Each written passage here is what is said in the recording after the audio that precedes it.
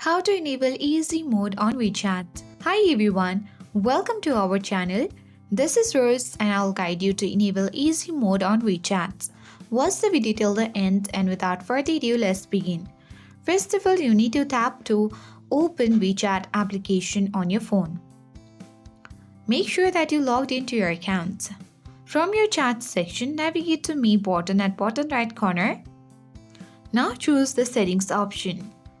Here, you see different options. Select General and locate Easy Mode option. If you don't get here, you can easily come back to Setting and here you will find the Easy Mode. Simply tap on it and then here you will see the option to enable.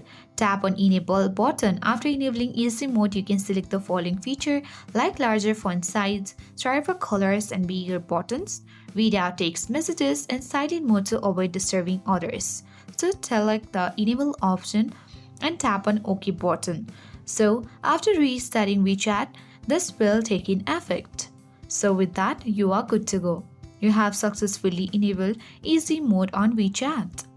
I hope this guide was helpful. If it was, then do like, share, comment and don't forget to subscribe. Thank you.